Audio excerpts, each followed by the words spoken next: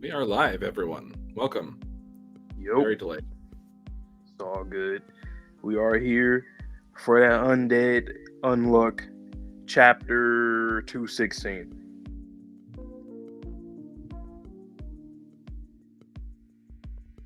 The fashion show Mm-hmm. with a dark I twist? Question mark? Right. Oh yeah, it was a cliffhanger. It seemed it was because we really don't know what's gonna go down here. I've seen people say that maybe another master role will come. I don't know though. We'll see. I don't think a master role fits here. I think it's going to be Doesn't. some soul shenanigans. And I think we might get a little bit more look into what Kururu was going through when she was soul manipulated by Oh, soul. I see. Oh, so you okay? I forgot about that. That makes sense. Oh, that's real dangerous. Yeah, because that's Tatiana. Like, yeah, no, no. She I was was like thinking one it of was the either going to first be powerhouses. Tatiana or maybe Julia. Like, Injustice might get activated here by Sun.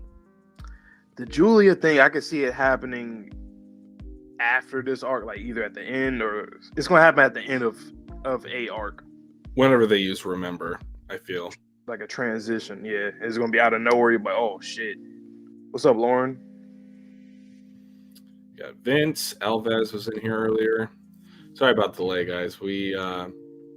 I say we as if it's our problem. No, it's my problem. My It's internet our sucks. problem. No, it's ours. It's ours. In Soviet Russia, Tatiana, your internet is untouchable.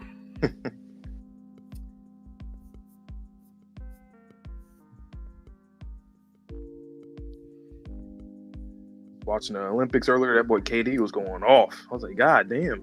It was like, what was it, like 8 for 8, 5 for 5 from 3? Did they win? Yeah. Nice. Started out kind of weird, and then they finally start picking it up.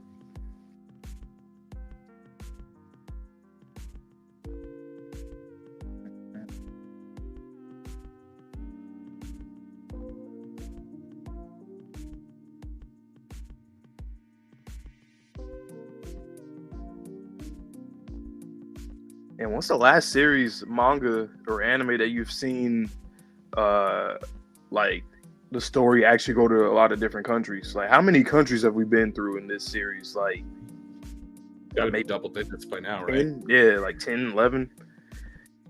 I know JoJo's is pretty good with that, going to different countries. Other than that, I can't think of nothing off the top of my head.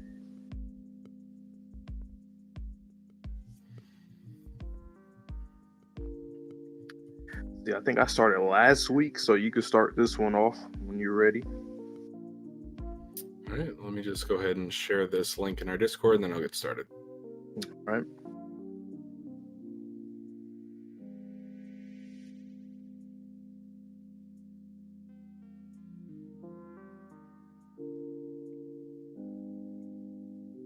Yeah, that too, Vince. I was going to say that. But in terms of series that do take part in the real world, a lot of times they stay in one country, like Japan, or they might show like one other country not far off.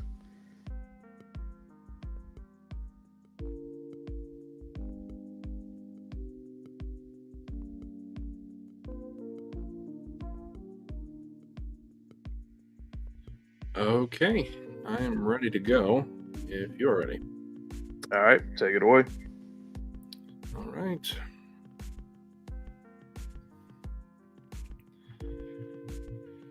Chapter 216, Expression. Tatiana, happy birthday. What's wrong, Tatiana? Aren't you going to blow out the candles? What's that? The Notch Collection? It's a show where amazing models from all over the world gather. Maybe you can be in it once you're older. You would look cute in any outfit. Yeah, I'll be in it. Huh? Mommy, Daddy, I'm about to make my dream come true. Look at this double spread. The lights in the background, paparazzi. That dress has like 10 million frills. I love it. Chikara, we'll keep guard. Fuko gave you a separate order, right? You handle that. Okay. This is such a glamorous double spread. All right, going back to the single page read. Tatiana's untouchable will likely manifest as she walks the runway in her 5th and final outfit. I'll need each member to take their places and remain vigilant. We need this plan to appear as if it's part of the production. If the crowd perceives it as real danger, it'll cause a panic, and the entire show will get canceled. This show is Tatiana's dream come true. It's the last show she'll get to do before Untouchable manifest. Kind of similar to Void, how they're setting it up. So Fuko is operating under the mindset that the Negator ability will manifest and that there's no way to permanently prevent it from happening.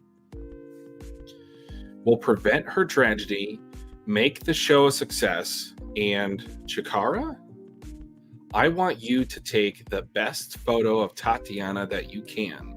The best that I can? I have a feeling that Tatiana will come to treasure that photo. So please make it happen, Chikara. Right, leave it to me. All right, like a Sailor Moon outfit. She got the twin tails, her original black dress attire. Oh, that's a grown up. I don't even. What is it? Statue of Liberty, maybe? All right, he puts a thumbs up. She grins. She goes backstage for the 5th dress. Tighter, I said. What's the point of this dress if it doesn't shrink my waist? Come on, put your back into it. Date, any tighter and your ribs are going to crack. Want me to do it? No, you can't. They really will crack. Oh yeah, could you? Wait, Miss Tatiana. Don't say I didn't warn you. Give it all you've got. Roger that. He? They were friends once before. Very special ones, I bet. I'll be sure to get you back later. Okay. Tatiana, I'd like to have a word alone, if that's all right. What is it? You heard her. Let's give them some privacy. Huh? But she's on in 10 minutes. Yes, don't fret. What's got you so uptight? Ding. You spot someone suspicious? Just so you know, I'm going out there regardless. I know. We'll make sure this show is a success. So, I want you to put your complete trust in us. Where's this coming from? It'd only confuse you if I tried to explain now. I wouldn't want to mess up your performance. I'll have to wait until after it happens. You'd never believe me otherwise. So, I promise, pinky swear, that no matter what happens, we'll handle it. You've got nothing to worry about. You can trust us. What? I mean, you've been nothing but fishy since we met. No way. Like, I've never even heard of your security company, Irk, and you randomly know things about me that I've never made public, Irk. And I love how the text bubbles are squishing her face, much like Tatiana's untouchable ability. That's a nice little touch. Tozuka did that with Billy back in the day with Tatiana's text bubble arrows when she was throwing insults his way, or just truths in general. And it was really hurting his feelings, but it was actually stabbing him. Then again, I'm one to talk. I literally hired you as my bodyguard just because something about you clicked with me.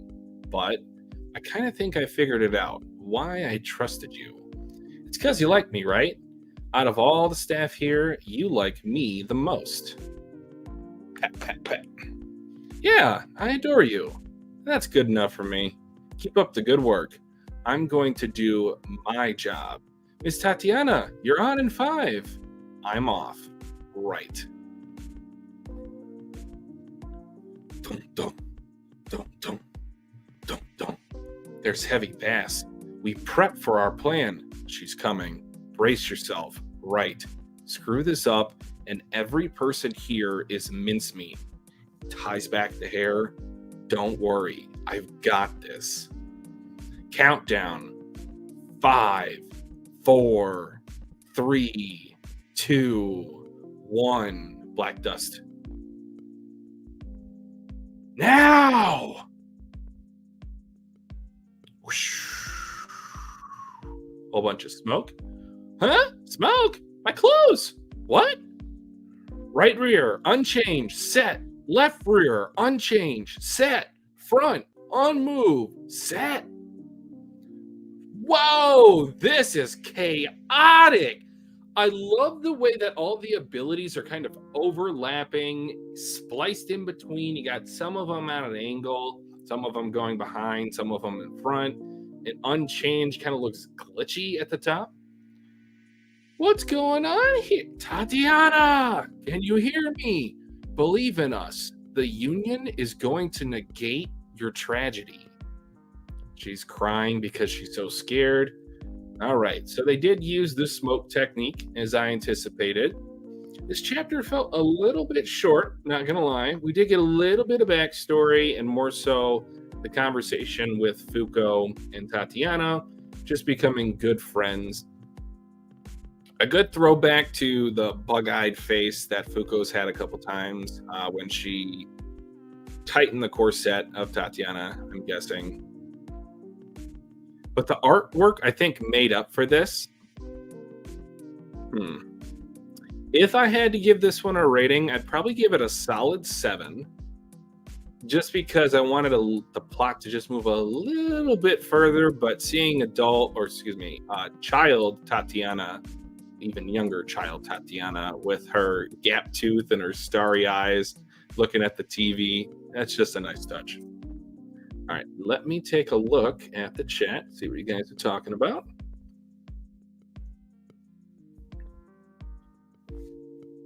Eyes of Tatiana's dad look weird. Let me take a look. A little bit. I think it looks better in that second panel than the first one. The first one makes him look like Pip Pip, or Pip Boy, I guess I should say. Welcome, Texas Yellow.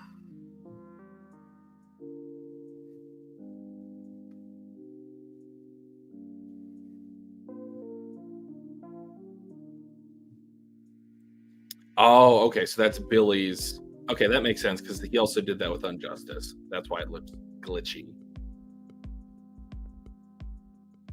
All right, straightforward chapter. Nothing too crazy with this one, which is fine. But let me go ahead and get Vontae in here.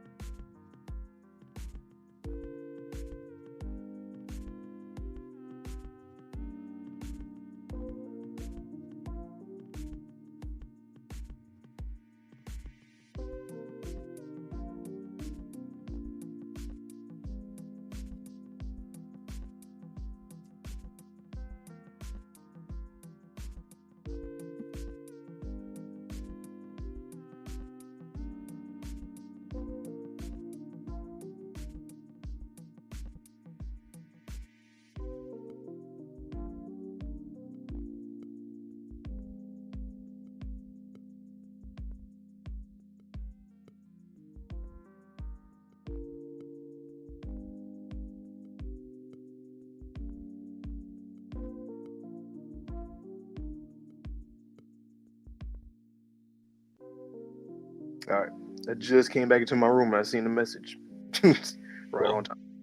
That was like 10 minutes. It seemed like it was pretty short then. It felt a little short, but you'll know why at the end of it. Bet.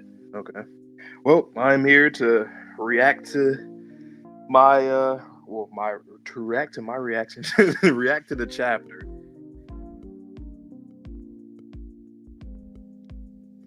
Let me get it pulled up real quick for y'all. Well, obviously you can't see it, but you get what I mean. Oh, okay. Okay, Undead Unluck, boom. All right. Chapter 216, Expression. Okay, look, I see Tatiana and her parents. Tatiana, happy birthday. What's wrong, Tatiana? Aren't you going to blow out the candles? What's that? Ah, the Notch Collection. It's a show where amazing models from all over the world gather. Maybe you can be in it once you're older. You will look cute in any outfit. Yeah, I'll be in it. Huh? Mommy, Daddy, I'm about to make my dream come true. Ooh, I like that. The panel in there. Nice. I like the shot from like the ground. You see the people in the crowd taking pictures and whatnot. People were fangirling, fanboying in the back. And her drip. I really like the art. You could really, I feel like I could feel the texture of the fur, you know what I'm saying, on her dress. That's fire. I like that. Chikara. Oh, I forgot about the whole Chikara thing too as a photographer. I like that. I like the connection that they had the last chapter. We'll keep guard. Fuko gave a separate order, right? You handle that. Okay. Tatiana's untouchable will likely manifest as she walks the runway. In her fifth and final outfit, I'll need each member to take their places and remain vigilant. We need this plan to appear as if it's a part of production. If the crowd perceives it as real danger, it will cause a panic and the entire show will get canceled. This show is Tatiana's dream come true. It's the last show she'll get to do before Untouchable manifests. We'll prevent her tragedy, make the show a success. In Chikara, I want you to take the best photo of Tatiana that you can. The best that I can? I have a feeling that Tatiana will come to treasure that photo. So please make it happen, Chikara. Right. Leave it to me. Fire. I'm really liking the paneling and the outfit. Like the art in the chapter is really good. The art has always been good with Tezuka whenever they're illustrating the manga, but like I'm noticing like different things. I'm not an expert. Like I don't know certain terminology when it comes to art, as a mangaka or whatnot. But like I could tell that there's a lot of different art going on here. The ways that he's doing it, the lights in the background, on the ceiling, and in the crowd, people taking pictures, the pictures themselves, different outfits she got. I like how he's showing how she's changing different outfits. I like it. This is dope. Fire. All right. Yeah, that's a really good page. It had no dialogue on it, or no speech bubbles, nothing. That's dope. I like that. Tighter, I said. What's the point of this dress if it doesn't shrink my waist? Come on, put your back into it. But any tighter and your ribs are going to crack. Want me to do it? No, you can't. They really will crack. Oh yeah, could you wait, Miss Tatiana? Don't say I didn't warn you. Give it all you've got. Roger that. It's tight. That shit tight. They were friends once before, very special ones, I bet. I'll be sure to get you back later. Okay. Tatiana, I'd like to have a word alone if that's all right. What is it? You heard her. Let's give them some privacy. Huh? But she's on in 10 minutes. Yes, don't fret. All right. What's got you so uptight? You spot someone suspicious? Just so you know, I'm going out there regardless. I know. We'll make sure that this show is a success. So I want you to put your complete trust in us. Well, where's this coming from? It only confuse you if I try to explain now. I wouldn't want to mess up your performance. You'll have to wait until after it happens. You never believe me otherwise. So I promise that no matter what happens, we'll handle it. You've got nothing to worry about. You can trust us. I feel like that word, so going back to what Twitchy said before we started, he was saying that he thinks there's going to be some soul shenanigans where basically Tatiana was going to get controlled by Soul himself. I feel like that might end up happening, and there might be something in her brain that she's going to remember the words like trust us. She can trust us, so she'll try to find a way to break out of it. Those words echoing in her brain. We'll see what happens. But I just feel like those words right there, they put emphasis on it. Zoomed in on Fuko's face and hers. There's going to be something with that. Going to come back to that. What? I mean, you've been nothing but fishy since we met. No way. Like, I've never even heard of your security company. And you randomly know things about me that I've never made public. Then again, I'm one to talk. I literally hired you as my bodyguard just because something about you clicked with me. But I kind of think I figured out why I trusted you. It's because you like me, right? Out of all the staff here, you like me the most.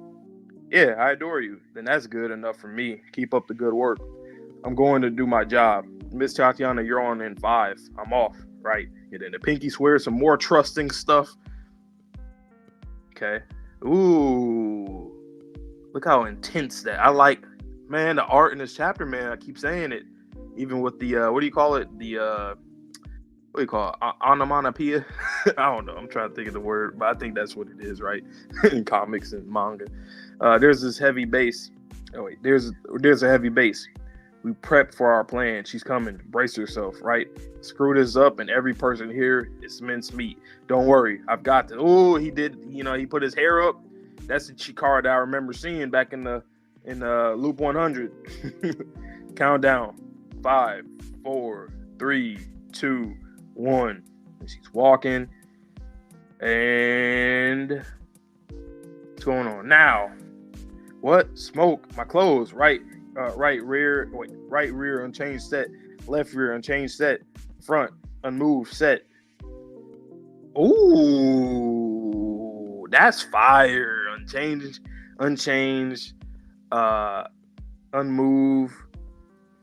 untouchable. Oh, that's fire. I like how it's like broken up. The letters are broken up to just kind of, I guess, show that she's being or is being stopped or interrupted. That's really cool, man. That's really cool. Okay, we'll just say right there. What's going on? Tatiana, can you hear me? Believe in us. The Union is going to negate your tragedy.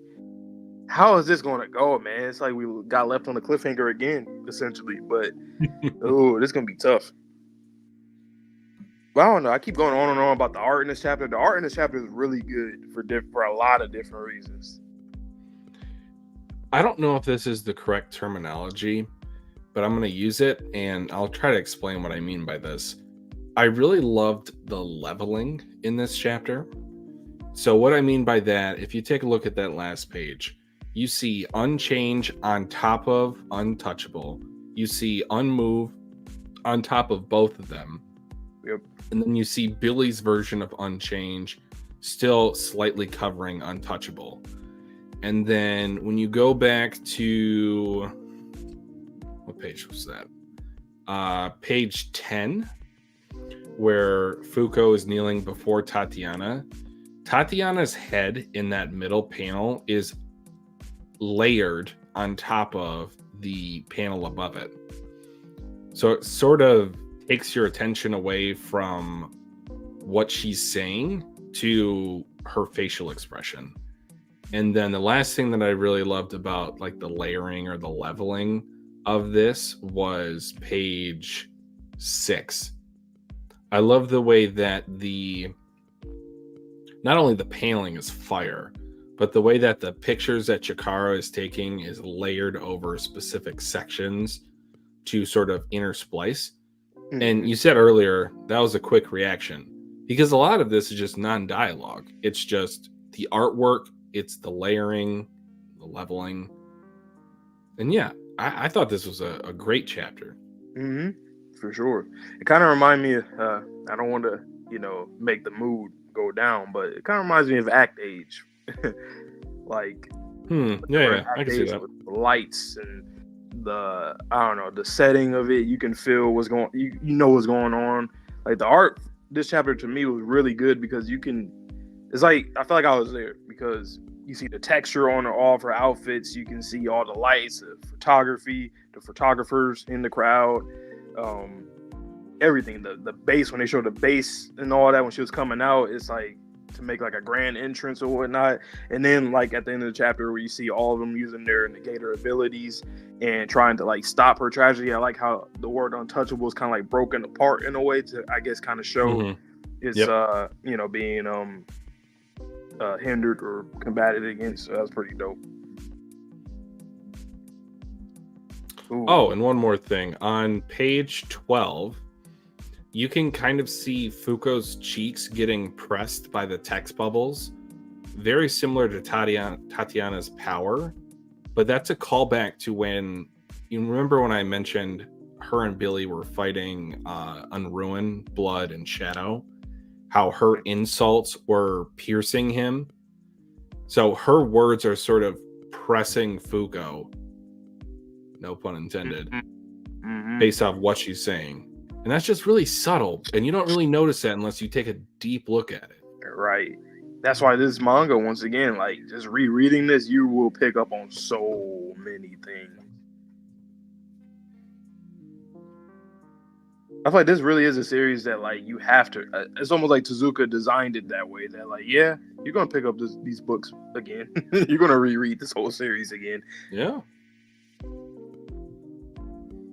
What's it say? Oh yeah, you could tell something like horrible is gonna happen because they keep going on with this whole trust thing. She said it like 2 times, and then they did the pinky swear. Yeah, it's nah. It's gonna go bad. Something's gonna happen. I'm thinking what you're thinking about the soul thing. I feel like that's probably going to happen again. So do you think that Chikara will be able to get the last picture? He will. So what do you think the tragedy is involving? Do you think that there's going to be a loss of life, or do you feel like after he takes the picture, that's when her soul might get manipulated? I don't really see the tragedy happen. Well, I guess if this counts as a tragedy, her getting overtaken by Soul, I think that would be the tragedy, and it will save her from that. But I don't think anybody's going to die here. But then again, they've been prepping so well for this, you never know. It could end up like very bad, but I don't see it. So they did use the smoke technique that I was talking about a chapter or two ago. That was built upon in the Unburn arc when they did that with the smoke for the ramen.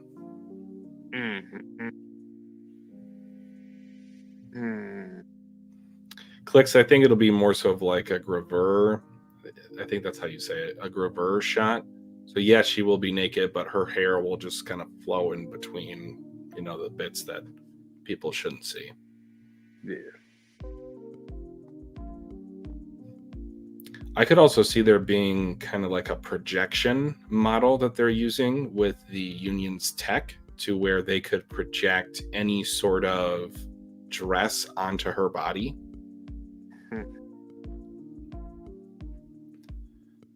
Because we still don't know where Clothy is. So could you see Clothy on Tatiana this arc or this loop? It would make sense if that's because we were questioning that. Perfect time. So it probably would happen.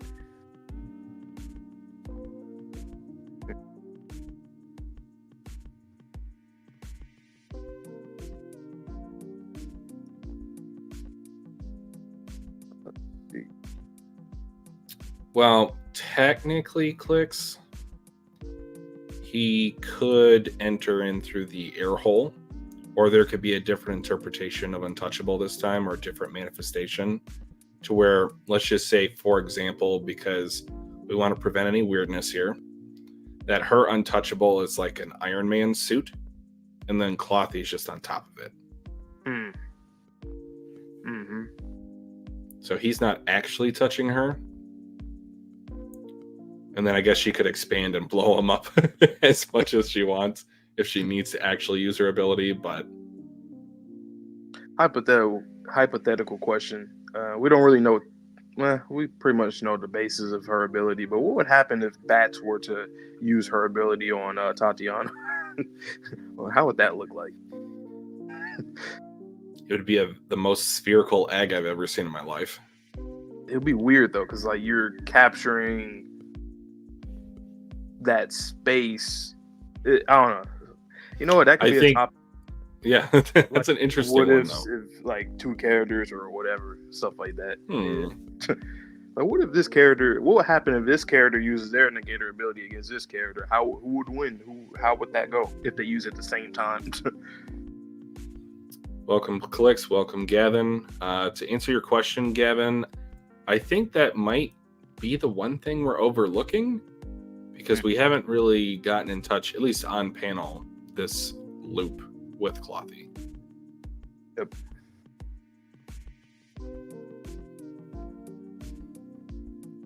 But yeah, it was a good chapter though. I really liked it. Yeah, I think I gave it about a 7. It was solid. I gave it 7.5. I liked it.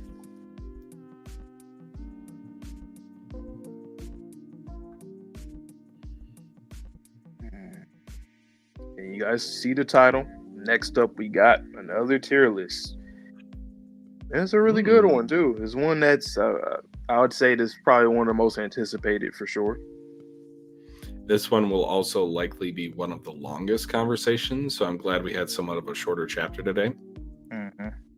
Because I stayed up really late yesterday for a wedding that I went to, so I'm a bit tired today. That's fun. I'm the same way. We'll get through it. But yeah, Cliff, you're right. Yeah, we don't know about her ability that much, but that's why I was like, well, the basis of it, but you never know though, because like we never knew what Bat's like fully what her ability was. We just kind of, from what we've seen. Not assumed. We made an inference about it. Mm-hmm. And then it's crazy because I wonder when the conditions change, how different it would be, even though we barely know the conditions. Well, we kind of do, kind of don't. But yeah, I would say she's the character we know least about that's named besides Ruin. True. Especially for somebody that's been in the series for so long. That's kind of crazy, right? Like, she's been in the series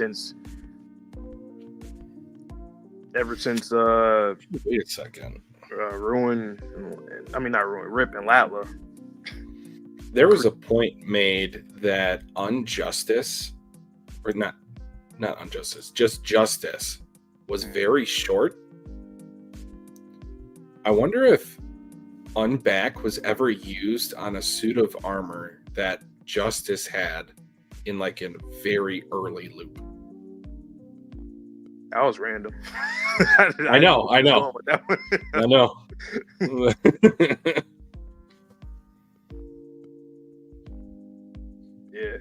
Yeah. She's definitely the biggest mystery. Like, she really is though. Like, it seems even like going way back to it when we seen the haikus, the little poem things. I remember you pointed out that, or not even just around that. Well, in that arc, not for that specifically, but in that arc about like he was talking about something about like drinking or something. So it seemed like she might have been older than what she appears. Yeah, they kind of like just didn't explain if she was old enough to drink. They're like, how old are you again? Are you like 5 or 35? I don't know.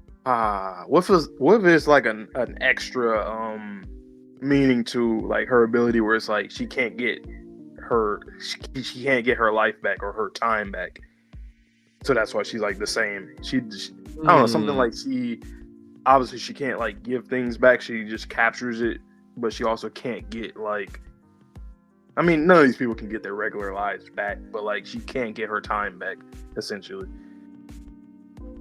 Clicks, that's interesting. I'll have to go back and read those poems because Click says Back's poems was about her parents, but now she's from an orphanage. Right.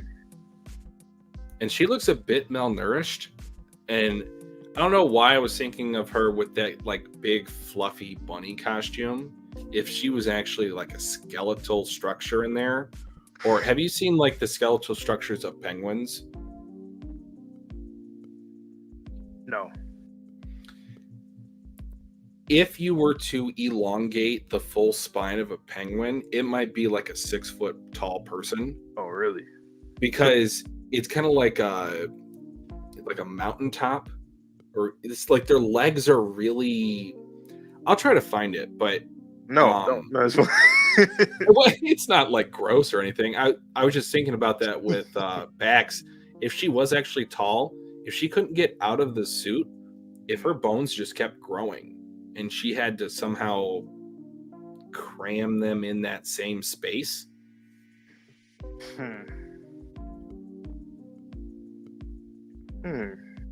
How have we not had a conversation about Bax yet? I don't know. I feel like because she was kind of like a meme, like a running meme, like she a goat. I do. So I guess we just kind of just like, yeah, that's the goat right there, and we didn't really ask anything or talk much about it. It was like, yeah, she the goat.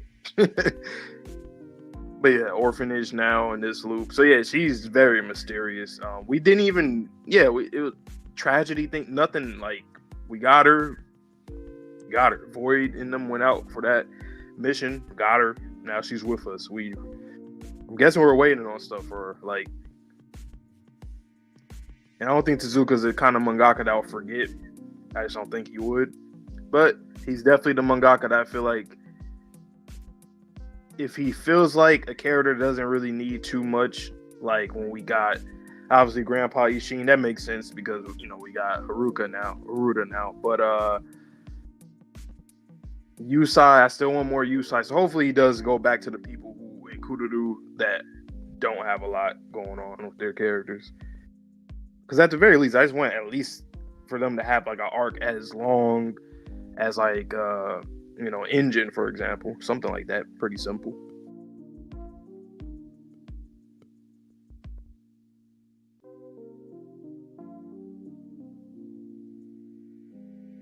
All right, so I did post it. Oh, I think I'm muted. Nope, I'm not muted. I just have my camera off. Yeah. I did post it in our Discord. So if any of you would like to take a look at that, feel free to do so. But yeah, this is going to be a long discussion for all the arcs. So without any further delay, let me go ahead and get this pulled up.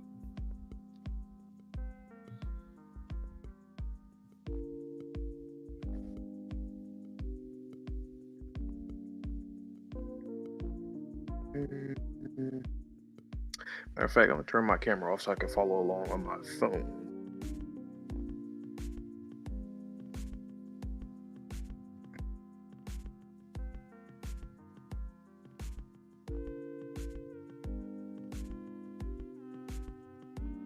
All right. So this does come with a slight caveat. The slight caveat is that this tier list specifically has a bit more smaller arcs included than the overall arcs I saw on the Undead Wiki. So bear in mind, this is a little bit more intricate than normal, but that's perfectly fine. So we're going to start with the bottom right, work our way to the left, and then hopefully most of these should be mostly in order, I think. It's all good. Introduction. Okay, so the introduction, that's when Andy finds Fuko on top of the train crossing. He saves her. They find out what his ability is. And then they have that hunting crew from the Union that go to hunt them down. They get away by dropping a meteor on the place. And then they're starting to run away. And then just when they start to run away, that's when Void and Shen pop up. So I think it's pretty much the first episode. Maybe a little bit of the second episode. I guess, it's an intro. It's like, I'll say like C tier. I don't want to put it B because, if it is in B, I'll put it like lowest B because it's just the intro to the series. It's not like it's bad or anything. It's nothing like amazing or nothing bad. So it's just kind of in the middle for me personally. Conceptually, I really did like the introduction of both Unluck and Undead. It seems like, in hindsight, that was a throwaway villain or antagonist at the very least. I think C's probably a good place for it because I don't think I was really hooked on Undead until a little bit later. So you guys will see from our rankings of those. But I feel like C's a pretty good start for where to put that. Yeah. Okay, so next up we have the Void and Shen little mini battle that we have on top of the highway and Dynamite. I'd say D. Like it's not even very like. Obviously, I remember it, but it's not like memorable in terms of like there wasn't like other than us getting into the Union that was important, but it was just kind of. I don't think it's like on the same level as like the intro for, because it's the intro of the series. You're learning the series, learning what the world is, that kind of stuff, and I just think there's a lot of arcs way better than it. I would agree, even though David Productions did kind of pop off a little bit for that fight. The fact that Void was actually a person behind that, I wish that they would have done, because that was our first viewing or initial experience of the series. I wish they would have told us that was an actual person inside the suit. Because for the longest time, I just thought it was a robot. So I didn't care that he got killed. And then in hindsight, I'm just like, whoa, actually, there was a person in there. And I really like Void, but I don't really like this arc. Yeah. Ooh. This is where it starts to kick up a bit. So we have Unchanged versus Gina, the red blood battle underneath the moon. Now that's where I think Undead really gets into itself. I mean, I know it's very early, literally like what, episode 3? But I think so, 3 and 4. I remember we talked about Gina's character for a while and saying how, like, you know, if we can see her again, that's somebody that we're looking forward to. And or at least around the time when we learned about the loops, that's when we started really saying it. But I don't know, what do you think for this one? I got my answer. I love in hindsight how this was connected via the whole Soul Calibur aspect with Ano Un first, and then later with Fuko in the first ever arc of Loop 101. So this arc has looked better in hindsight, chapter after chapter. I'd probably give it like an A-, maybe a B+. But what were you thinking? I was thinking a B, a solid B. Although that animation went crazy. It did. Sound design. But it was like, but we have to think about it, the theory crafting potential, like the stars in the sky, because that was this. Yeah, sure. I'll still say it's a high B though. I can say that now. I could bump it up to a high B. High B? Yeah. Okay. And you were sitting on that theory for a year. I know. So I feel like this is a solid A in my opinion, but we'll put this here for now and then move it if need to later. Ooh, the spoil arc. So, the Wild Wild West, the zombies, the outsourcing, the recap. Not, I'd say C, because there was good things that I really liked in it, like the sunflower lady and the kids. Like that was pretty cool. Obviously, spoil. That was the first Uma we've seen, right? The first. Oh, cut off. Uh-oh. Did your internet die? I know I hear you. I know I hear you. Can you hear me now? Can you hear me now? Yep. I was going to say this was the first official like adversarial one that we had, because we did see Clothy previously. Oh, okay. Yeah.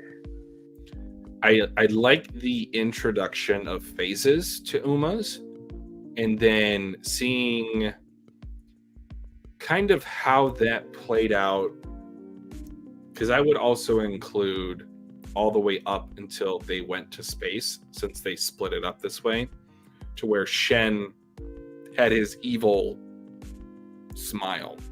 Mm-hmm. I'm thinking probably C tier, but I like it more than the intro. Yeah, I agree. Okay. Okay, next up, this is the arc that got me fully on board with Undead Unluck, the Versus Victor arc. That was the one. That was, I mean, like, and that was what, episode 7? So 7 or 8, yep. it was is every anime, at least every shonen like battle anime, it has that one episode where there's somebody that just drops down out of nowhere and just causes mayhem, and you're like, who the fuck is this guy? Who is he? And he went crazy, and then we're like, okay, like the whole Andy turning into him, like, what is going on? Like, what just happened after, spoil and whatnot in space coming back down, and then you have the rest of the Union pulling up. Like, that was huge. Off rip, this is in the A tier. Off rip. I have no objections whatsoever. I would consider S, but we've just gotten so much great stuff after that. If I'm just talking about season 1, though, that is the best for sure of season 1. Yeah. Besides Unbelievable. Mm-hmm. It's but strictly off that experience. Yep. Easily. I just love watching reactions to this. I love rewatching that the few times that I have watched episodes with my friends. I love that section of the manga / anime, so I'm going to keep it in the A tier. Mm-hmm. All right. As a history man once said, I'll put my camera on, aliens. So this is officially when the loop structure is confirmed. Mm-hmm. No, not yet. Is it yet? Not yet. This is when Julia sees that rock in Australia get absolutely obliterated, and her unjustice ability is revealed in fire fashion. That one was wild because I think that's also when we started learning a little bit more about the series, and it's always through Juiz that we learn more. I thought that was the most. It was just wild. I'm like, oh shit! So this is how the world is. Okay, this one's kind of tough because I don't think it's that far behind the Victor fight. Like, I think it's practical. It is a great follow up. You know what? I love the introduction of Uma Galaxy. That showed us what the penalties in this world meant. And then we also got the foreshadowing for Nico in terms of how the negator powers, they do not get the shared lore of the world or the patch update from new penalties being added to the world. Right. This one's. What do you think? I do love the Unchange arc. I think I might like this one a little bit more. So that's how I feel too. Behind Victor or ahead of Unchange, I don't really know what tier I would put it in, but in that area. Yep, I agree. All right, so for now, just like what I said too about the Victor fight, like that's one of those moments in anime and manga where it's like, okay. In the aliens one, that's another one too. Like when you see the leader of a squad of our main cast go crazy with their ability, and also we learn a whole bunch about the world, or not a whole bunch, but we learn a good chunk about the world in general. That's one of those. That was one of those moments too. So yeah, it's right behind it. Okay. Next up, we have the On Repair arc with Rip, Latla, and members of Under going after Tatiana in a cruise ship. So that does include her backstory. It includes Fuko stepping up to the plate a bit. And then I would guess it also somewhat includes Chikara's backstory and his whole school plotline. I would put it... I think I would put it... do I have it higher? I think it's in the C tier. But I'm not sure if I put it higher than including Tatiana's backstory. Yeah, even still, I think I might put it the top of the C tier. Because I remember watching it around that time. I enjoyed it, but I didn't enjoy it that much, to be honest. And there was a break around that time too, I think. and then they were doing the recap stuff a lot. It was kind of maybe I'm just thinking about just my first time, anime experience with it. But even in retrospect, like, and you know how much I love Rip Lala, like I love them a lot. But it was just a sampling. It was better in the in the arc coming up. Yes. I do not like this arc as much as Unchange, so that requires me to put it here. All right. Next up, Unbelievable, the betrayal of Billy. Us finding out in this arc, sorry, memory's not the greatest, that we find out about the loop structure. We find out that this has been going on for a long time. Ooh. This one is interesting because you've already said it for a few of these arcs. Like, is it okay for us to look at it like in a retrospective? Like, I think so, as long as we keep it consistent and do that for all of them. For all of them, okay. Because if that's the case, like, honestly, like for Billy's character too, it's like that's S tier worthy when you finally learn why he even did it in the first place, and his ability too. Like that's huge. To know that he was actually a very kind dude. We thought this man was just a traitor. He was scum, garbage. Like, what are you doing? You're an idiot. Why are you not working with him? And then you learn everything after.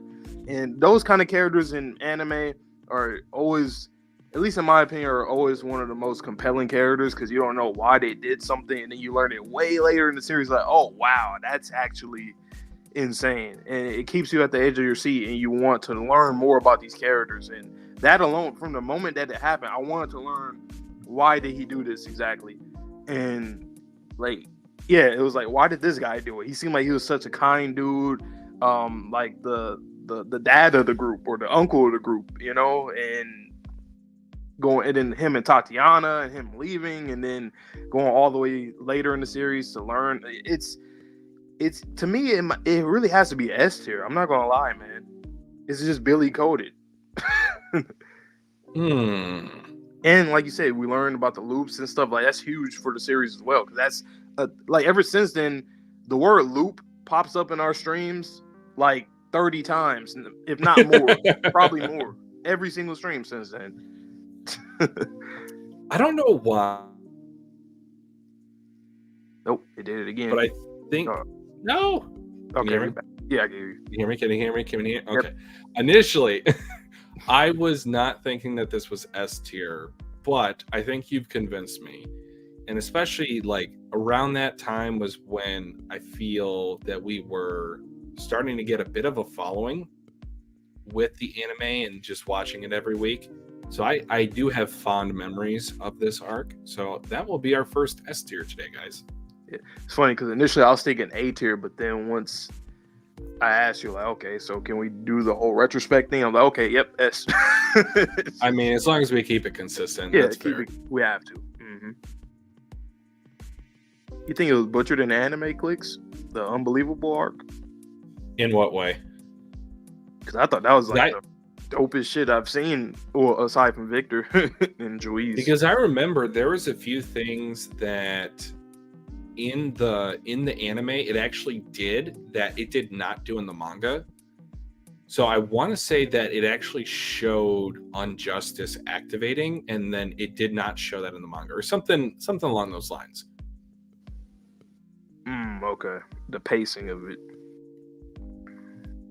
I didn't have any issue with it, but I mean, I've only watched it twice, so I can go back and look at it later. As of now, though, I agree. I feel like it should be in our first S tier for today.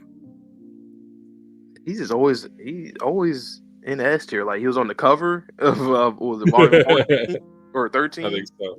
Yeah. Or 14. All right. Ooh. And next up, we have one of my favorite arcs from the entire series. It is the Autumn arc. Yep.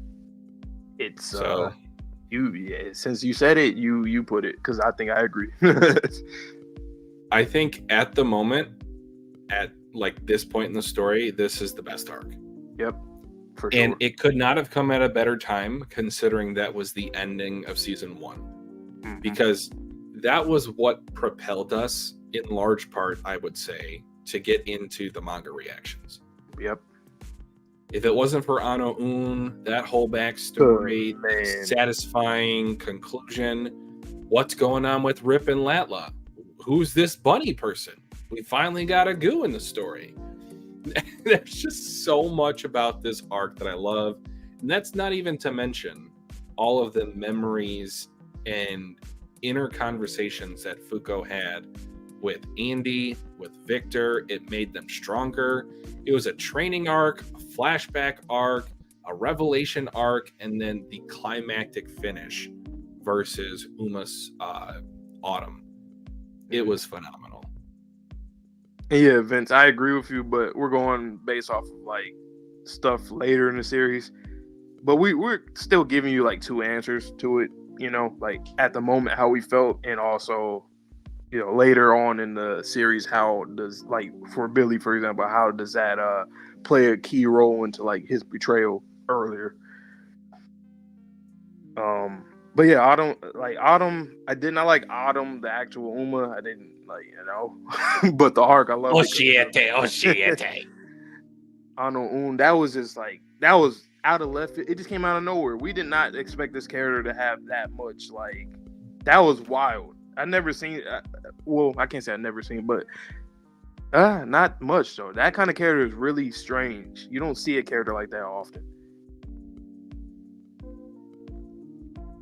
For them to not even be like a main character either. It's like Ano had a main character aura to them, like as character aura, but they weren't. It's like that was really, really unique. That's fair, Vince. I feel like we could redo this arc, or redo this tier list as if it were in a vacuum, just by itself, how each of these arcs were. Just today, we're deciding to, put on our nostalgia glasses and use all of our current knowledge for how those arcs now look in hindsight, which I know it's not going to be for everyone, but that's at least how we'll rank them today. Yeah. And honestly, though, like, most of them anyway would just be like a tier lower. Like, I think it's mostly going to happen with the S tier arcs. We're probably going to, some of them will be up there because of that. But if you want to go off of like how we still felt, I would say Unbelievable, for example, was A tier from how we first seen it. I thought it was like similar to Victor, but in retrospect, I just got to put an S tier. Okay, next up, the first arc of season 2, hopefully, which I think in just a couple days they're going to have an announcement for that. Yeah. Again, I hope.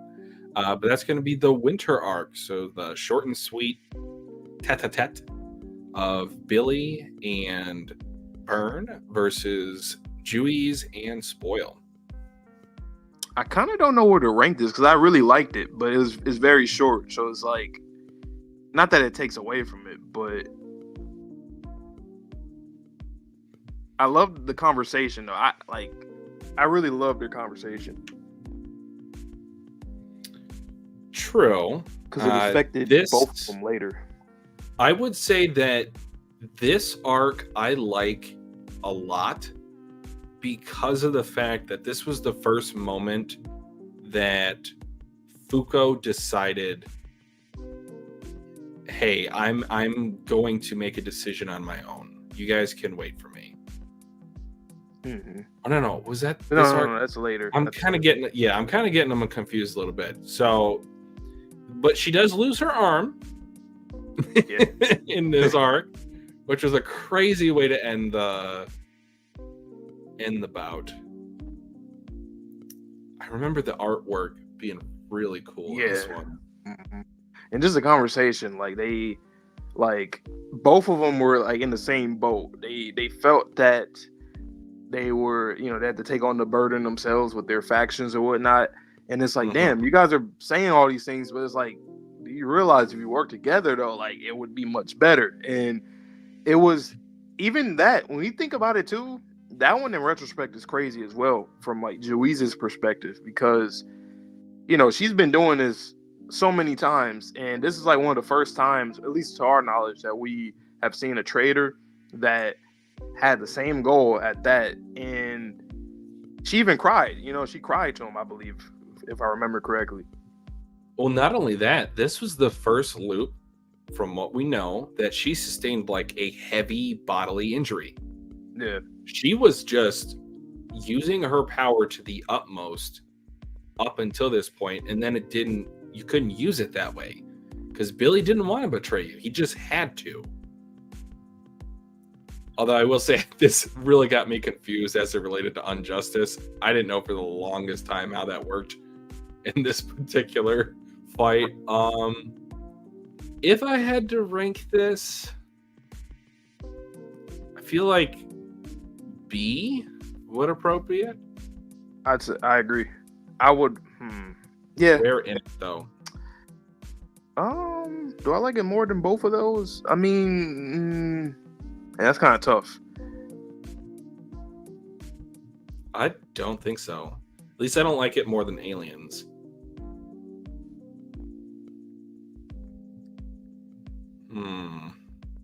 I really like that, like just the conversation. Then again, though, Winter was trash, so yeah, you could put it.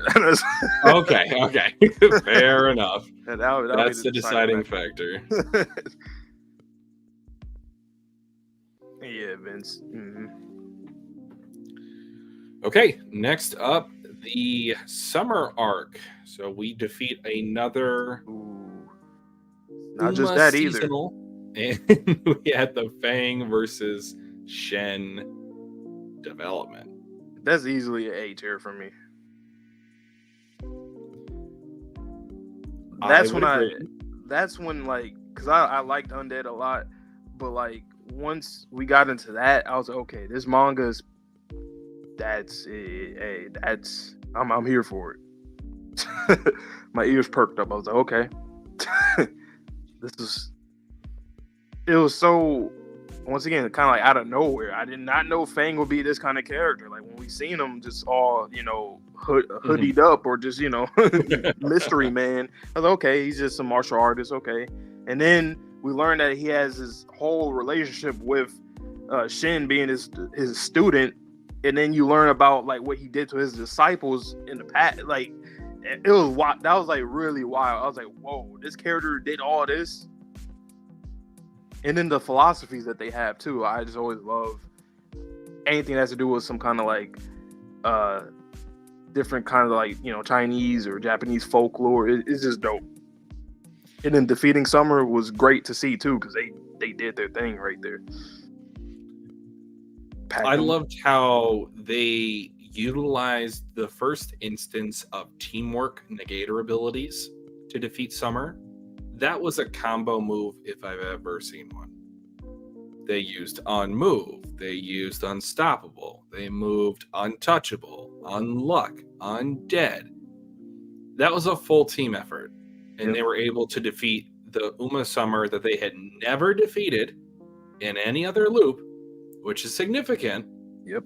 And then the interpersonal connections between Shen, between Fang, the fact that Shen died, but not really, but yes, he did.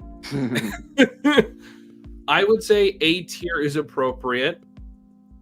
I think it has to. 'Cause even when the anime comes, like, obviously David Production, so I don't have like, or at least that's what we think.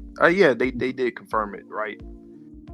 I don't know if they confirmed David Productions or not. Well, if they do it again, I have trust in them. But I think that's going to be the one arc that's going to get a lot of people really into Undead. So I think it deserves that A spot.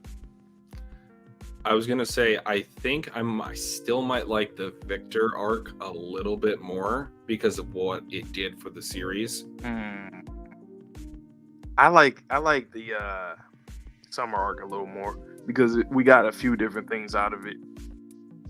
Like the Victor one was kind of, in terms of what really like kick-started Undead Unluck for us on this channel, it had a huge impact. And obviously Victor is a character that has tremendous impact on the story in general, and like with Juiz and stuff and the Union. But I don't know, man, just us accomplishing that against Summer, defeating Summer, like you said, they never had done that before. That was such a big moment for them, and they did it in great. Like it just worked out phenomenally. Even though at the time I was like, damn, Summer kind of garbage, but I'm like, nah, our team is just really good. And then, like I said, the Fang and Shin storyline, that was like my favorite storyline in the series up until like, well, but it was my favorite for a little while. Unfortunately, I do have to say this. This was a peak for Shen for how many volumes? A long fucking time. Nine volumes, 10 volumes.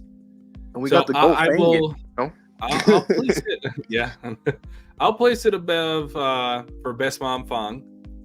But honestly, I don't know. I still probably prefer the Victor arc, but I respect it. So, okay, I will let you do the honors for this next one. Spring. Okay, Spring is S tier. I mean, it was the best out of the seasons by far.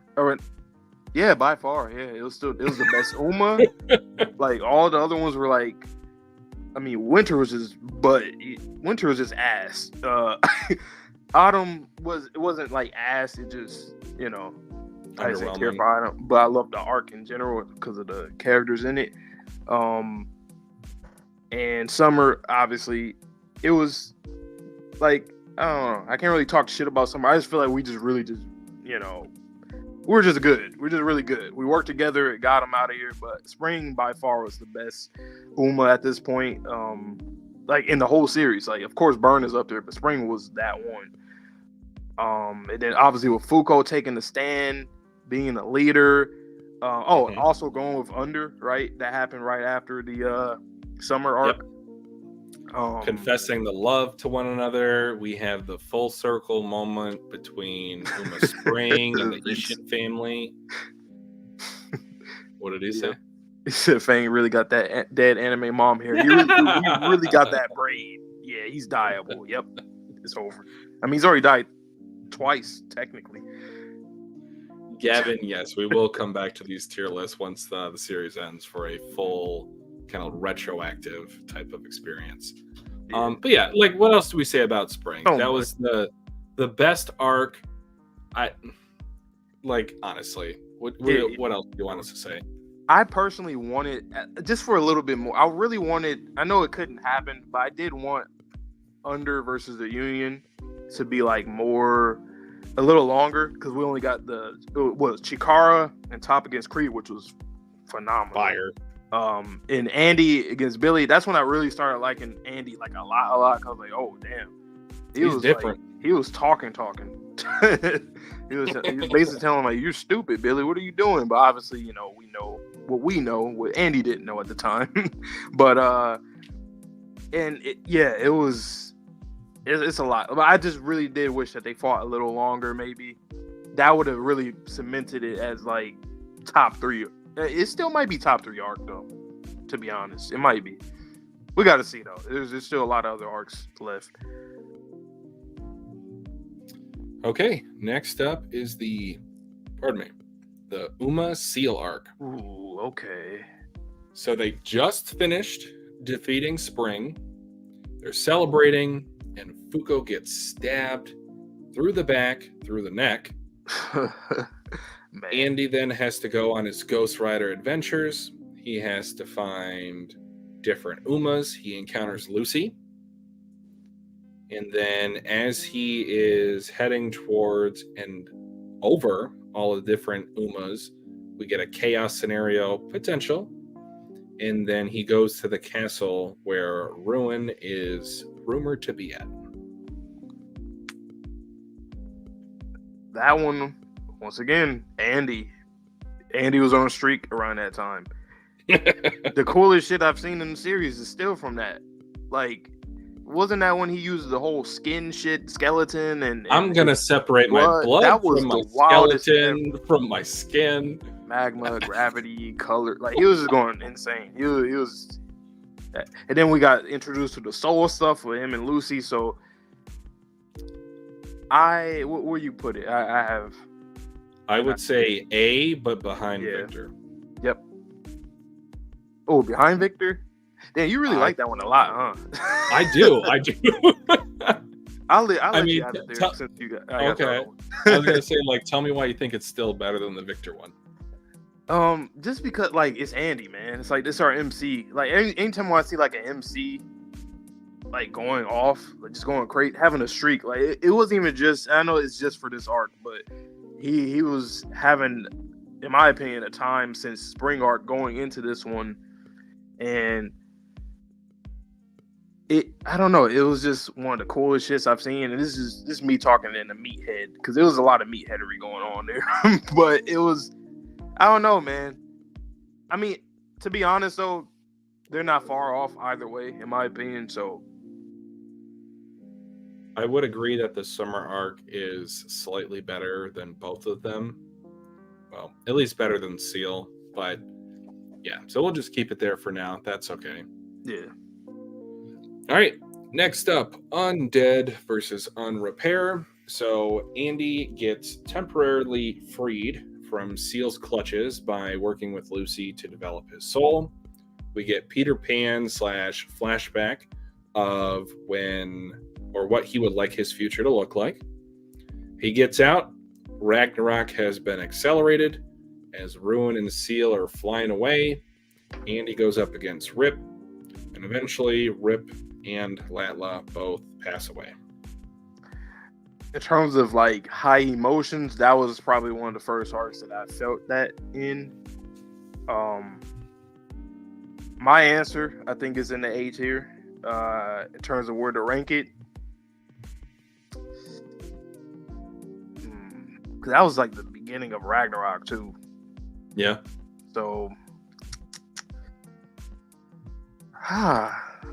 personally, do I like it more than Summer? That's interesting. Never thought about that. I think I do. I love the way that Rip's body was just crumbling as he realized that Victor was able to get regenerated. And as each of those limbs were crumbling away, so was his hope. Yeah. Yep. Top of A. Emotion-wise, it just had everything. Like, I heard Yuki Kaji when I was reading it.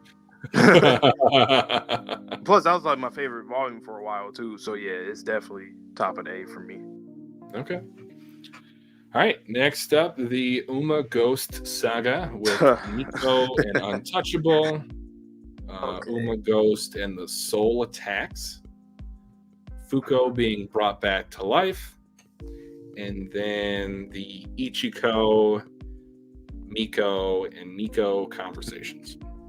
This is interesting to me because reading it, I would give it a C tier because I really did not rock with what Nico did. Remember at the time, I really didn't like it. But in retrospect, the thing is though, he'll still be just like what Vince said about Billy at the time when him versus Andy. He'll still be in the ass. Nico will still be in the ass, and he even admitted to it later on. Like, yeah, I was tripping, and we get it. We understand why he did it, but it was still one of those things where it's like the fact that he himself admitted to it. That means he was wilding out, man. He was wild. Yes, he was. He was crashing out for sure. So I'm gonna let you rank it here because I'm still. I don't know. I really don't know where to rank it. But if you were to ask me at the time, I would just give it a C. Well, I just want you to think about the. I give it a B. I give it a B. In this one, give it a B. I think B is appropriate, or even I might even give it an A minus to be honest. But man, I just feel so bad for him. He has the worst negator ability in this entire series. Yep. I can't imagine what that would feel like. And that level of sympathy that he was able to bring out of me because he just wanted to see his wife one last time, I'd have to put it at the top of the B tier, if not the lowest of the A. Oh, yeah, definitely. Because at the time, I would just give it a B. In retrospect, I can give it an A minus. But the other point though, and I'm still gonna say this, and even though I understand the situation, it's during Ragnarok and whatnot, I still feel like it was kind of out of place and quick. Like it kind of came out of nowhere. I don't think it was like the right time because it kind of got like fixed at the end of it, and we had to just go to Ragnarok. I don't know. It kind of the timing of it. I don't know.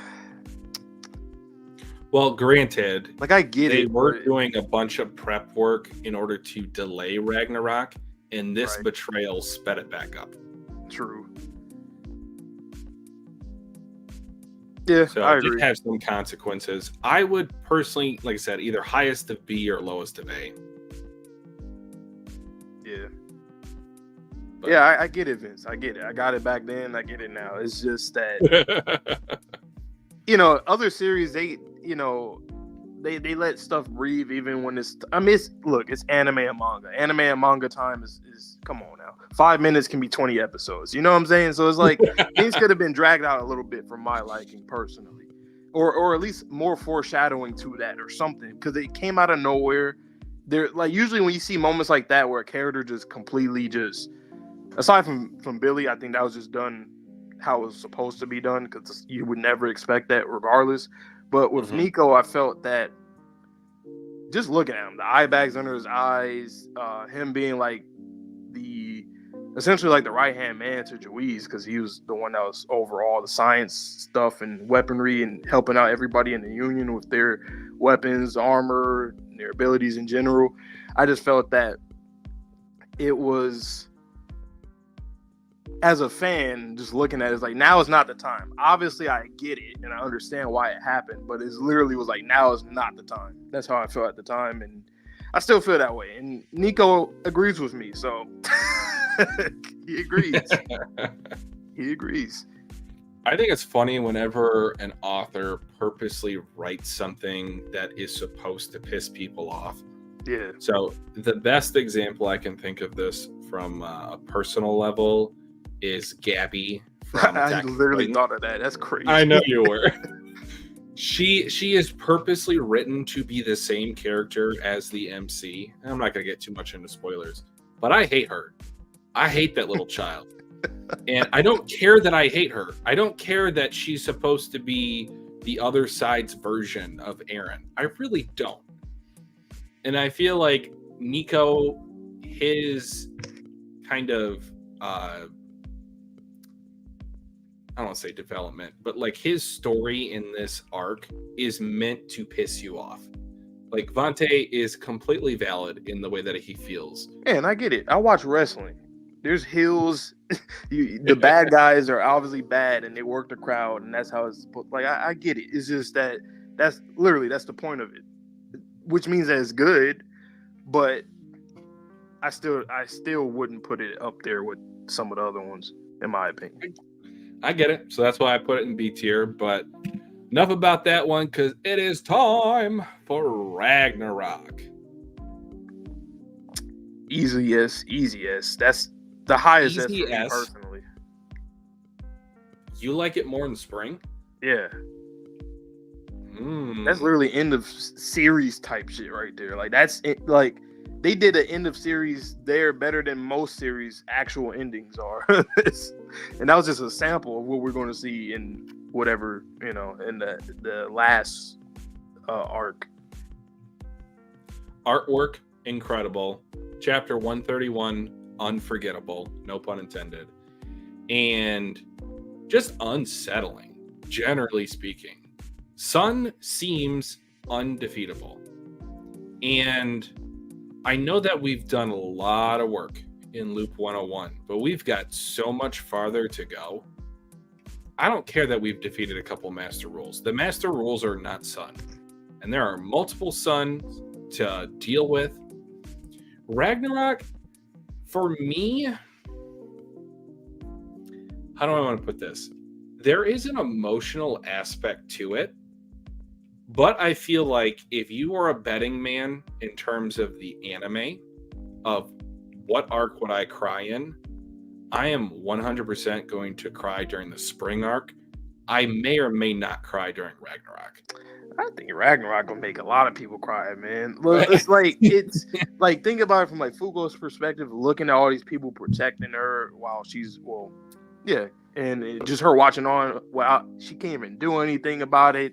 And then you have Luna over here spectating, drinking her tea, and talking shit, saying stuff like, this is nice, and then just what it sets up for like the end of the series, like just like what Vince said, how we use the whole retrospect mentality when it comes to these arcs. Like this is the arc that I feel like, I mean, granted we haven't seen the end of the final Ragnarok or whatever, but even anything after that is literally, you can always reference the end of Loop 100. Even with Fuko meeting all these new people in Loop 101, she talks about who they were before they died, and that was literally all in Ragnarok. And then just, I don't know, it just has a really good, just reading that's my best experience with Undead, man. I don't know, that's me though. It is definitely climactic. I'm not gonna argue that point whatsoever. There was just more of a personal connection that I had to the end of Spring Arc, because in all the positives for Ragnarok, this is not the final battle. So while I can understand Fuko's trauma, while I can understand what her mentality was moving into the new loop, it was almost like necessary, if that makes sense. Spring was just like, oh, we're hurting you just because we can, not because we have to. I wasn't the way that for Spring. Really? Nah, I never didn't like it as much as. I don't know. Like, I like Spring. I really like I said, he was my favorite Uma at that point. But I didn't feel that sad. Like, I felt sad, but not that sad compared to Ragnarok. Like, of course, we know that there's another loop and whatnot, but like, just the thought of what had happened, like what happened, and how Fuko is meeting all these new people, the quote unquote new people in Loop 101. It just kind of, I always just think back to it, like how badly they fought and died. Because like, here's another thing too, in the next one that happens, it'll be characters that's going to die again, and all it's going to do is make me feel pain from the first time I seen it. And then we think from Jui's and Fuko's perspective, they've seen this a few times too. Well, okay, so you're using retroactive from the future. I see. Yeah, I mean that's just inevitable. Okay. It's like it has to. If it doesn't, then I would actually. Well, we ain't there yet, but if nobody dies, even though that's technically, I would love to have every character live, but that can't happen. Not here, especially after everything got destroyed. No. Yeah, I'll give you this one. Yeah, it's Marine.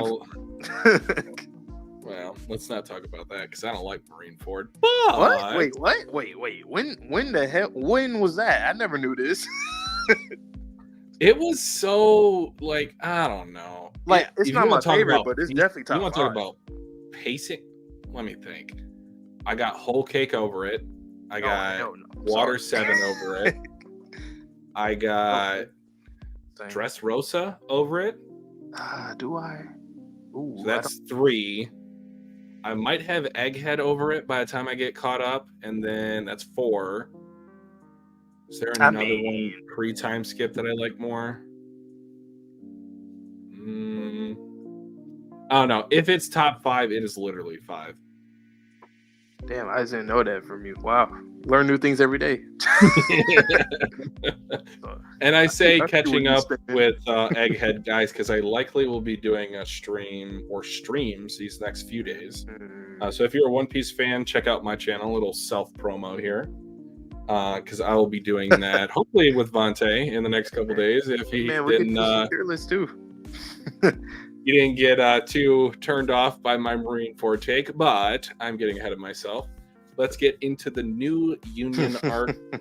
So Fuko has traveled to Loop 101. She saves Ano She picks up Ichiko. She picks up Nico. They pick up Gina. And wow, that was a lot of names because she was very efficient in this arc. Oh, yeah, hell yeah. Where would I rank this, man? I might say B. Like, I really liked it. Huh? That low? B's not low though. That's low to me. I mean, is it like to me is around like Ghost? I don't know. You're thinking A tier? I was thinking A tier because we had the callback to Soul Calibur, and then that just made Unchained arc that much better. I love the way that he was able to tie that in immediately in the first arc of the new loop. And then we were able to save Ichiko from dying, or saving the guy that tried to save her from dying. And just the new Nico. That was our first experience with him. And Gina. I like character wise, I loved it, but I mean, I think I would put it above Ghost. Yeah, I put it above Ghost. Yeah. I just don't think it's. I mean, B plus, A minus. Like, I think it's right behind Sue. That's how I don't know. I just feel like it's right behind Sue. Okay. All right. Next up, Unavoidable. Fuko and Void are boxing it out on the world-class stage. I remember the artwork for this arc being incredible. Is this when Fang came in again? Yep. So she fought Fang. Right at the end of the new union. I mean, we can include it in here, though. It depends, because they could change my ranking. of New Union? Yeah. So technically, that does have her with the, the beret sword. So that's going to be after they acquired her. So let me do this. Yeah. But Unavoidable is when they are solely going after Void Bulks. Yeah, it was solid. I don't know. It's kind of hard to rank because I don't want to say it's like a C tier because I really enjoyed it, but it wasn't like a groundbreaking arc. But granted, it's Void, and we didn't get Void. Like, he died when we fought him in the first loop, so he has to. Yeah, he respectfully should get a B tier.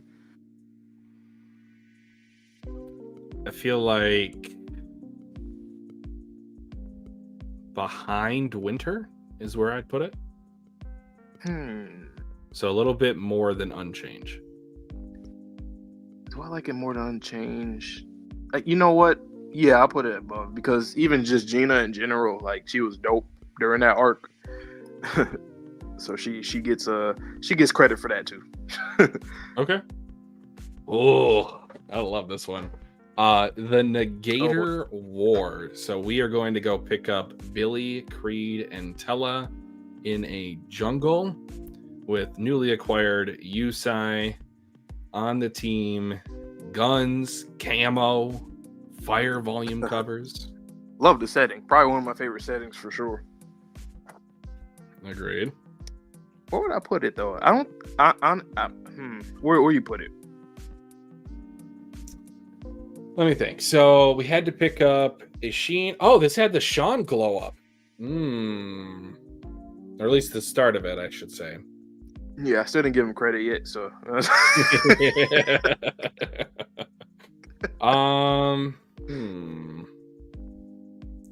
Tella's ability, absolutely tragic. Oh yeah, that's one of the ones I could like imagine myself. That's like one of the easiest ones to imagine. Like, imagine you couldn't communicate to people anymore in any form. Creed, him being a military man that's betrayed by his higher ups. Fuko saving not only him but his men. That hit me on a personal level.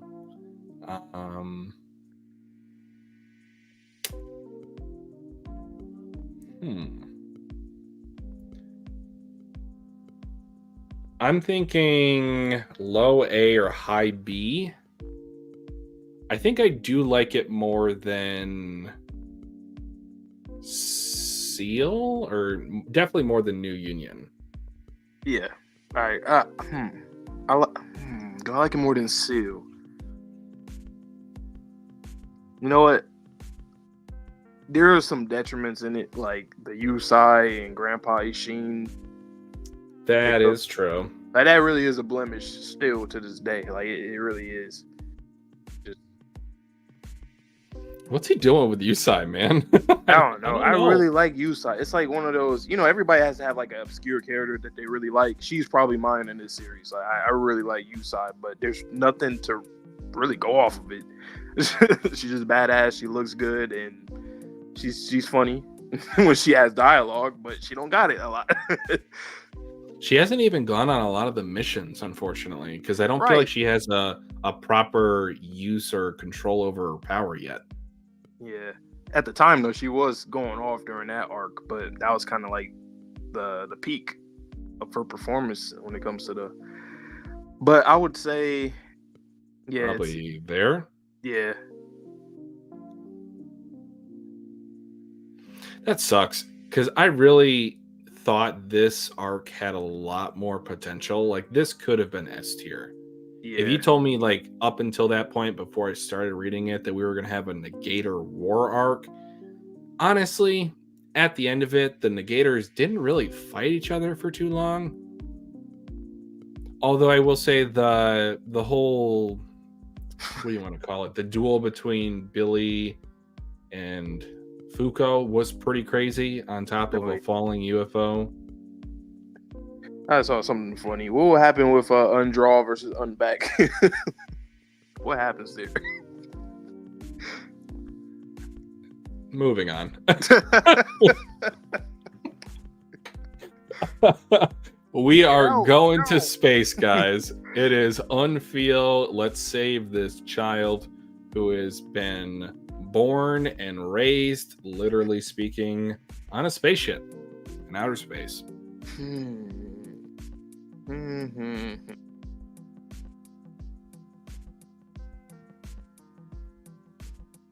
I had a lot of fun with this arc. I remember you really liked it. Mm-hmm. I would put it How like... do you feel about it? Personally, I would put it... it's around... I don't know. Okay, I'll just say it's around, for me personally, New Union. I just don't know if it's... I guess I'll put it... Yeah, I'll put it ahead of New Union. Well, I don't know. Personally... No, the whole field thing was pretty damn crazy, though. I love the tardigrades.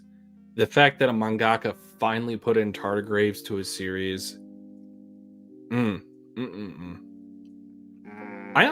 think I like it more than Negator War. I feel like Negator War is a little bit under what's the word? It didn't meet its full potential for what it could have been. I agree, though. I do agree with that. I thought it was going to be something a bit different, a little bit, not to say a bit more traumatic, but kind of. I also thought it'd be on a grander scale than just this one jungle. Yeah. But the Welcome to Earth chapter where Gina goes outside, like Phil, he lost his emotions, and Truster is the only way he can use his body now moving forward. There's something so tragic about that. I personally would put it above Negator War, but I'll leave this up to you.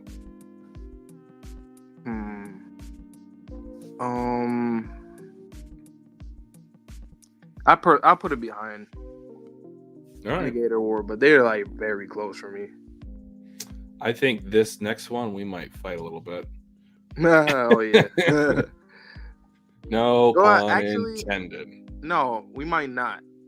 You don't think so? You don't think so?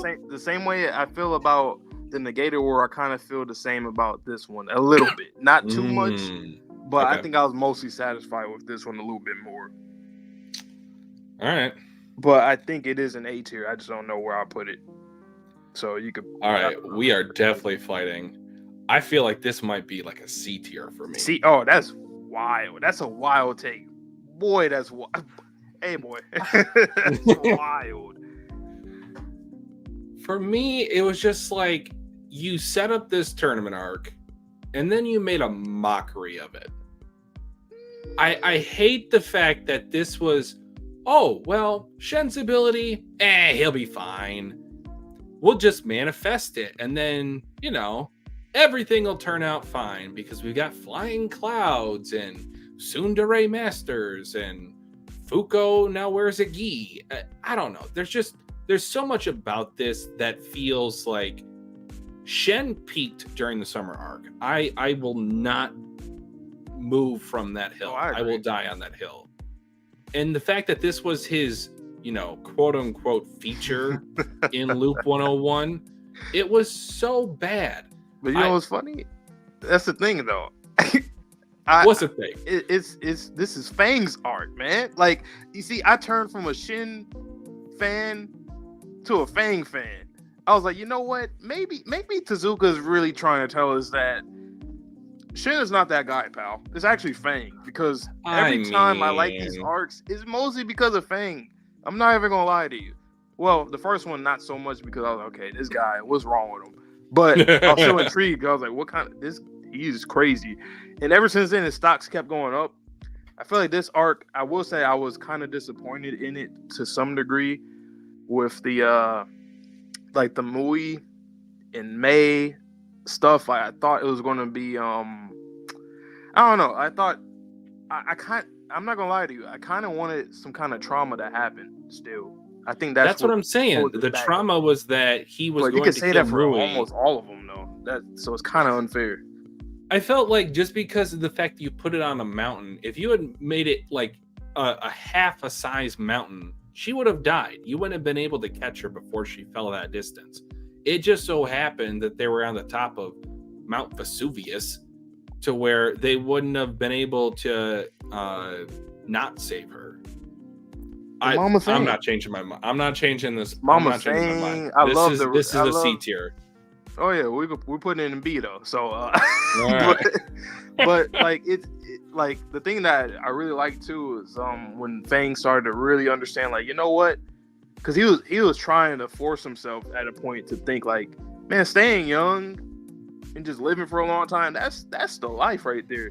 And he could not understand like his, some of his like colleagues or some of his peers and people that he grew up with grow old and die and pass on their teachings to their disciples and whatnot. And he kept trying to force himself to think like, oh no, I'm right. And then he realized, damn, maybe I'm missing something. And then casually throughout the series, we're kind of seeing more and more that he does care about his quote unquote his kids, and he does care about his disciples to the point where when he does pass on the torch to Shin, that's when I think overall with their both of their story arcs, we're gonna be more satisfied, I feel like. But until we get there, that's that, and obviously that's not in this arc, but it starts from there. His whole philosophy starting to at least be challenged, because his philosophy wasn't even challenged during Loop 100, really. They just got him good, and that was it. But in this loop, his philosophy is starting to change, even from Fuko, So I don't know. I just really thought that part of it was really good, and once again, it's from Fang and not really Shin. So, so question: where would you put it in the A tier if you had to? Okay. Or if you could get your way. If I could get my way, I would put it like it's. The more I think about it, it would be ahead of Negator War. Yeah, it would be ahead of Negator War, right behind. Is it behind Seal? As an arc? Yeah, I would say in between Seal and Negator War. That's where I would put it. All right, so that would be the 5th out of 8. So that's about 5/8. I put it in the C tier, so we'll put it right above Winter. Again, guys, this is an average. You see what I mean? Like, whoa, I think that's clearly ahead of Winter. No, I'm just saying, like that. Like in my mind, I'm like, that's clearly ahead of Winter. Holy. I liked Ghost more than it. I would even say I don't mind preferred those Aliens over it. Hey, I don't mind those two, to be honest. But Winter, I think is clearly ahead of Winter. I mean, that's where it is. So let's go on to the next one. The Unmove arc with Chikara at the school. C tier. Yep. Like it was fine. Like it's just It was nothing, cool. phenomenal. It's not, I'd say between Unrepair and Spoil for me. Yeah. All right. That was That quick took as hell. 10 seconds.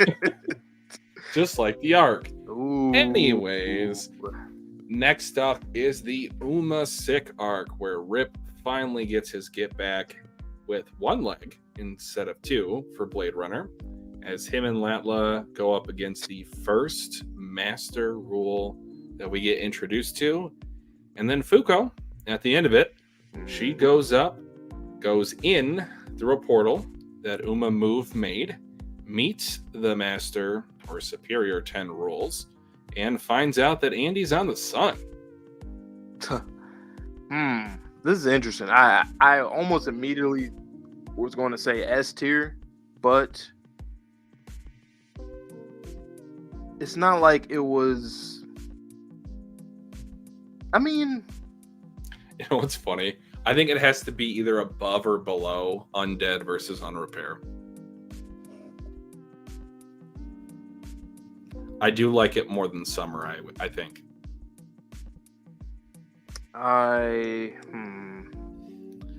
Because the Superior 10 rules, they were a well-needed personal adversary for us that get introduced here.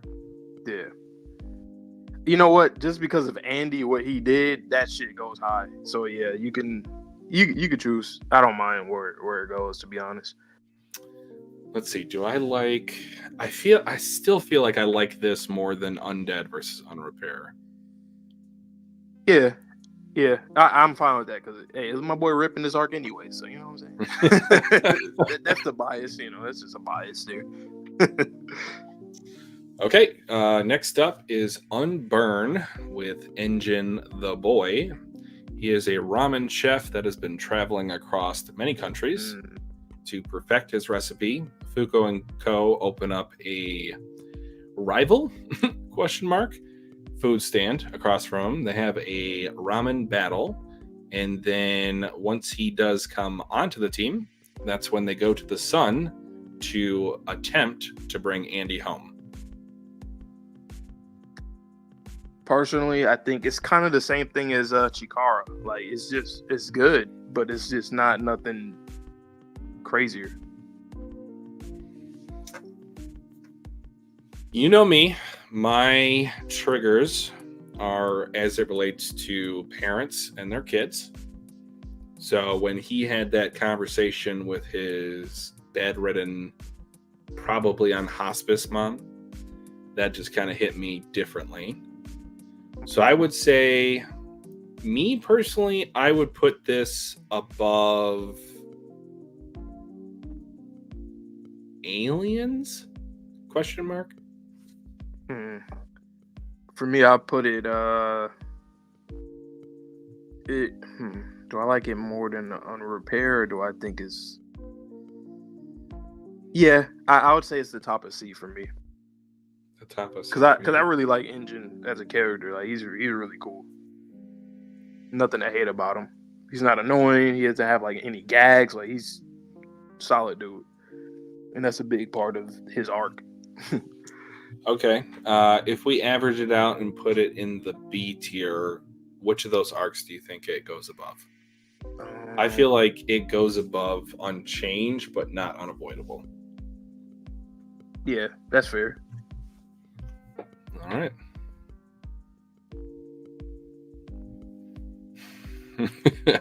I think that one right here is a retrospect one. Like at a later date, it will change. I feel like it's definitely got potential to move up. Because with those dreams and all that, yeah, that's. But for what it is, I kind of feel the same way. Like it's like a C tier, B tier, like C.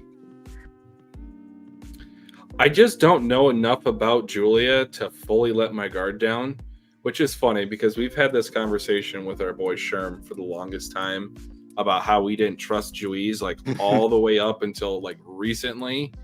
And then it turns out that Julia is this new person, but also the same person. But I will admit, she is so comedic. I love seeing her on screen. She's kind of like a pompous little brat.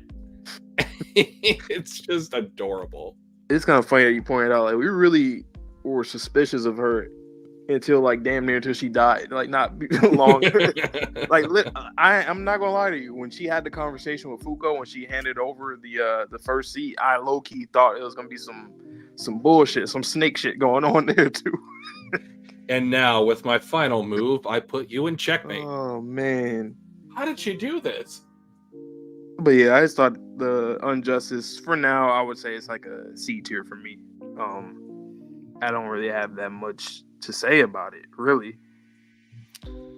I think I like it just a little bit more than Unmoved, solely on the fact that I like her personality more than Chikara has shown as of yet. Again, he has some room to grow, so I'm gonna put it right there. I love the last Chikara. This one's cool too, but the last one, he was that boy, man. He has some room to grow. He had that dog in him. Speaking of dogs, let's talk about the Unstoppable arc. Oh yeah, this is where I feel like Undead started picking it back up a little bit again for me. Yep. Because not only were we just getting that against, this is the second time we went against Master Rule, but then we got top stuff, we got Ishin stuff, and even like just seeing the other Master Rules and whatnot, like in the Sun and Soul, his dialogue and whatnot. It gave it a lot of importance, and it was one of those arcs where I was like, okay, I gotta. We have to really pay attention to what's going on here. And like I said, the dialogue from like Soul, for example, that was when he was sitting and talking to Luna, right? Correct. Yep. So that was huge for me. To this day, don't know what the hell Luna wants, but that added to it for sure. When did he fight against Andy? The Soul. When did that happen? Which Soul fought Andy? That was in the hold on, let me look for it. That was in the Sick arc. Oh, okay. Oh yeah, okay, it's fine. I really love this one for a different reasoning. This is Tozuka doubling down on the romance. The romance between Ishin and Top does not seem forced. The last arc, it was more a one-sided infatuation from her to him. But this one, it seems more genuine. They had that like gentle conversation to where she was like, oh, well, I'll just, make unbreakable shoes for everyone. So that way you don't have to sell your soul to Nike. And he was like, okay, well, doesn't that mean that people are probably going to come after you for that ability if you're a master craftsman? And she was like, oh, I didn't think about that. And he's like, oh, well, I'll just kick anyone that tries to harm you. It's just little conversations like that that build up a genuine romance to where I can believe it and I will actually root for it. Oh, yeah, then Fuko, the predecessors of Unlook. So, yeah, next. I feel like that arc has a similar, it has like a similar feel to the Seal arc for me. I don't know why. Maybe because of Soul stuff, probably. Yeah. So that's probably what it is. But if I were to rank it, I would put it around. Where would I put it? It's in the A tier. I think like right above Seal. I would say I like this one more than Seal. I agree. Yeah, Vince, it does seem like that. Like he was saying how it seemed like in the first episodes and chapters that Tezuka tried hard to make it seem like the Union was like a shady group. It did feel like that way. That's probably why we were kind of like early on. It was kind of like, I don't know. Especially since we fought and killed like Void, right? It did make it seem like we're joining this group that's kind of, villainy in a way. Mhm. Not too much, but until we started to learn more, then it started to change a little bit. I would say for this one, I'd put it right above Seal. Yeah. Okay.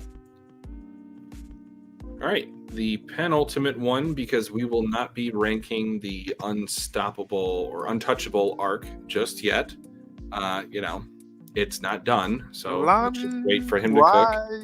Language Phase 3, my lord. Man. We have the Shiratori battle of Nico, Ichiko, and Fang versus Language.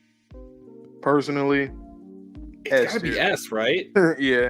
Okay. And it was one of my favorite fights, and I like Nico on one-on-one, but like when we finally got there, like he became, he is top 5. He's top 5. He might be top 3 for me, but he's definitely top 5.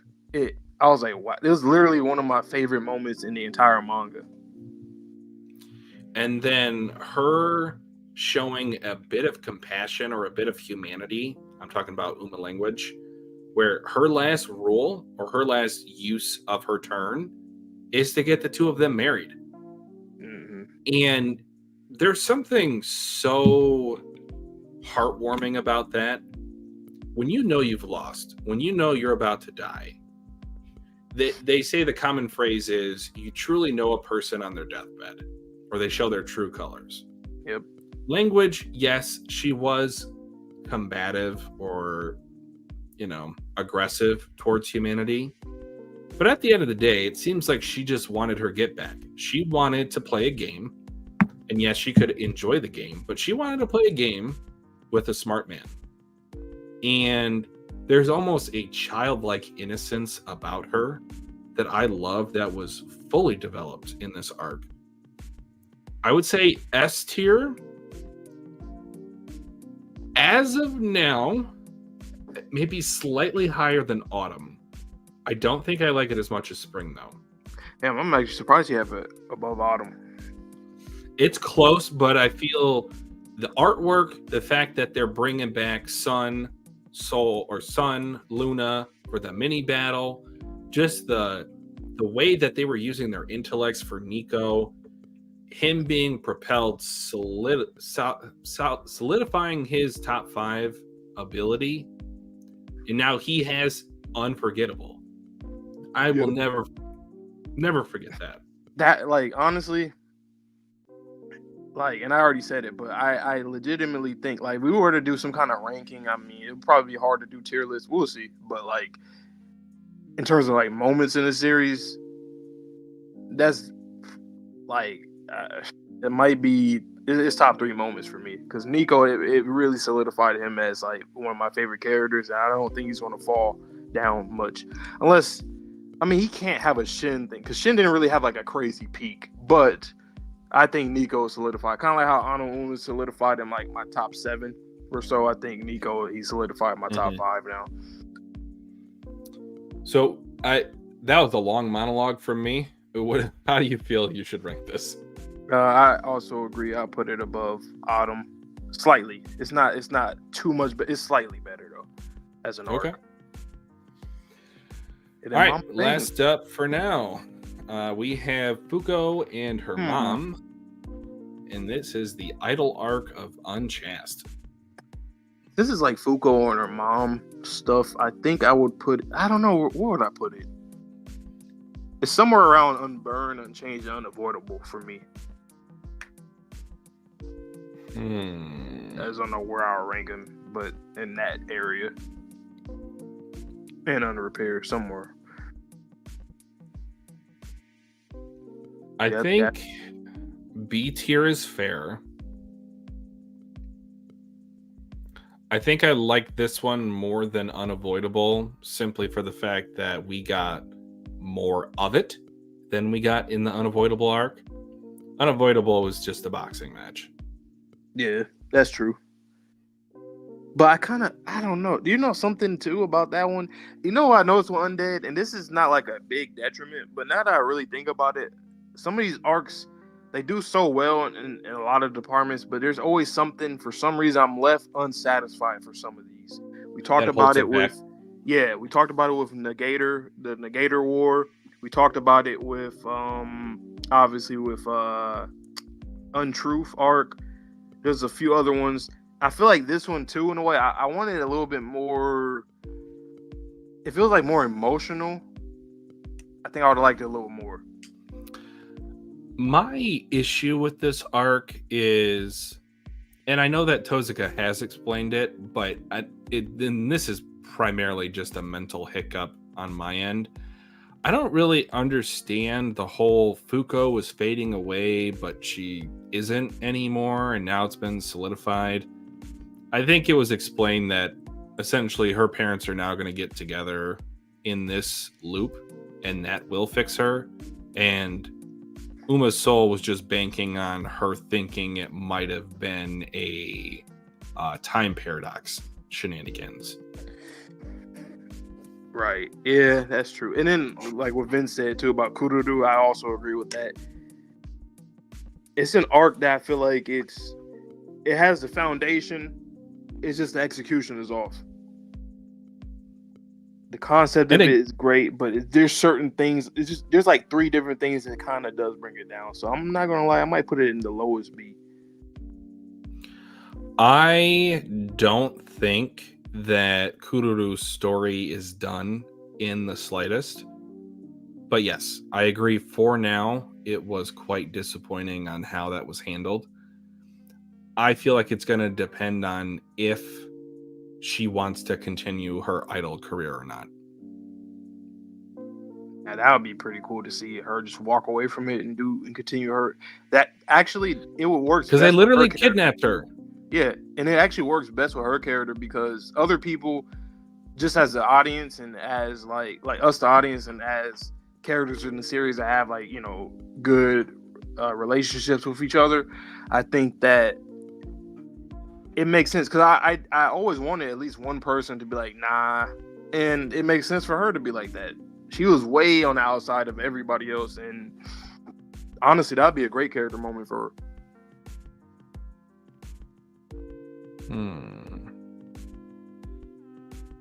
I think I definitely like it less than Unburn. Okay. Yeah, that's fine.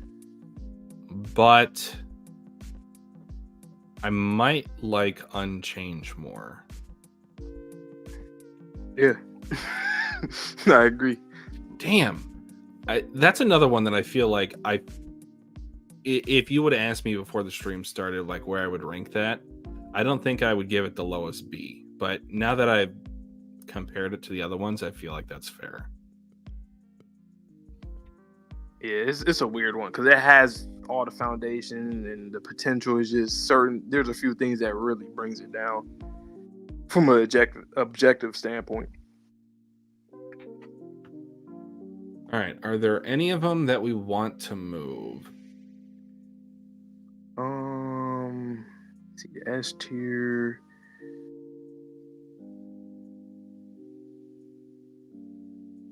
I feel like S is pretty straightforward. A tier. You know, it's crazy too. Like once the anime comes out and like all these things are adapted, I think stuff would change for me. Like, I feel like there's some A tiers that could actually be S tiers if I just get like a different kind of a different medium as a whole. And guys, I just wanted to take a look at the bottom of the tier list for a moment. Spoil, Introduction, and the Void and Shen arcs. That's all the first 6 episodes. If we take that away, everything else mostly is an S, A, or B. Yep. Unmove is like 4 chapters. Yes, all season 1, or for the most part, like even Unrepaired, yeah. Yeah. And Unjustice has the chance to go up. Mm-hmm. That's actually crazy. And Unmove is like one of those arcs that's like, it's only in C tier because it's good, and it's just like, it's kind of hard to rank it in a way because it just does what it needs to do, pretty much. At least that's how I feel. So honestly, it really is mostly season 1 that's like on the bottom ones, which is a good thing in my opinion, because that just means that everything else in the series, if you were to like recommend the series to somebody, it gets better. And it's probably like one episode, one or two at the most, when that comes in the anime. So it's not even technically on this tier list, it's an arc. But I feel like someone watching the entirety of, let's just say, season 6, it's not gonna matter. They'll just go on to the next one. It's like, oh, that wasn't a great episode. Oh, well, that one too. But we've moved on. And then you get Uma sick right after, and it's just like, okay, we're back to Undead Unluck peak. Right. Damn. Yeah, season 3 is gonna be pretty damn cool. And season 4.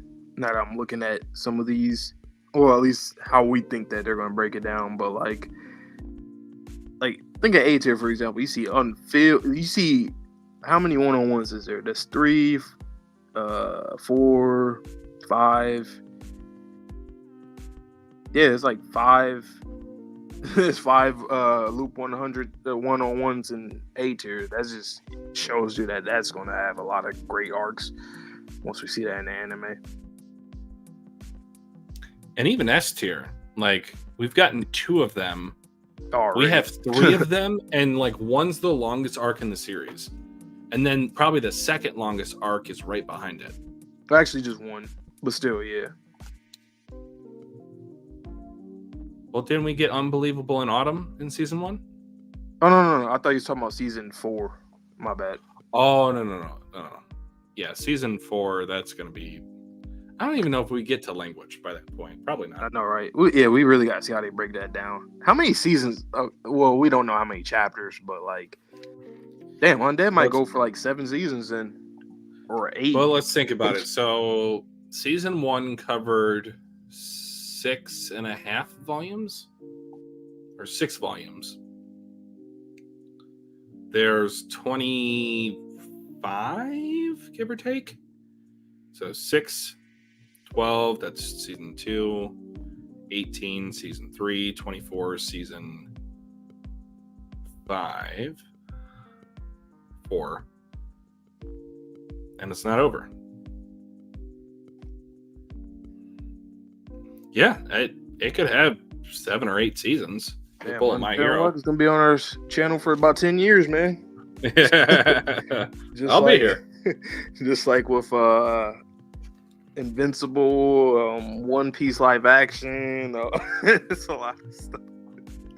It depends for some stuff, unless they get canceled or something. But there will be things that technically, hypothetically, will be on this channel for damn near a decade, which is wild to think about, and I actually don't like thinking about it.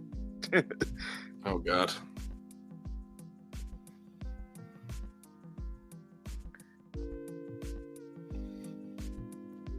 Yeah, and I really like how we were vibing with a lot of these arcs.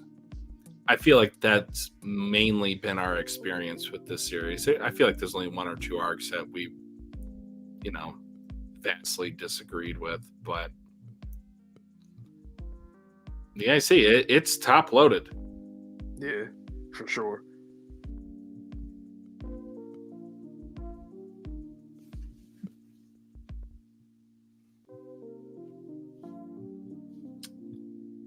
All right. Well, anything else, either from the tier list or from today's chapter, they want to talk about before we get out of here?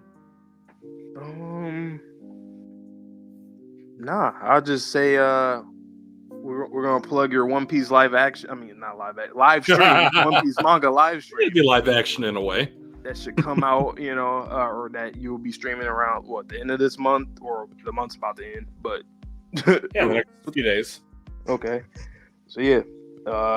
We will keep you guys updated, obviously, in the Discord. Join the Discord if you're somebody that's not in the Discord, but most of you guys probably are same people. So shout out to you guys for even coming here every week for the past months, reading Undead Unluck with us. And now that we're all caught up and doing these tier lists is also another cool way to interact with you guys, especially to get you guys' opinions about arcs and stuff as a whole. Because sometimes, when we're going through different volumes and whatnot, you guys probably have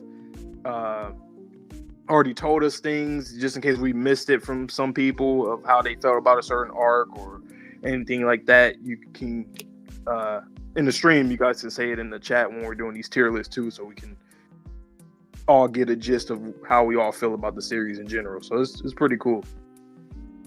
And just know, guys, if there is a trailer on the first that comes up, we will be reacting to it and uploading it.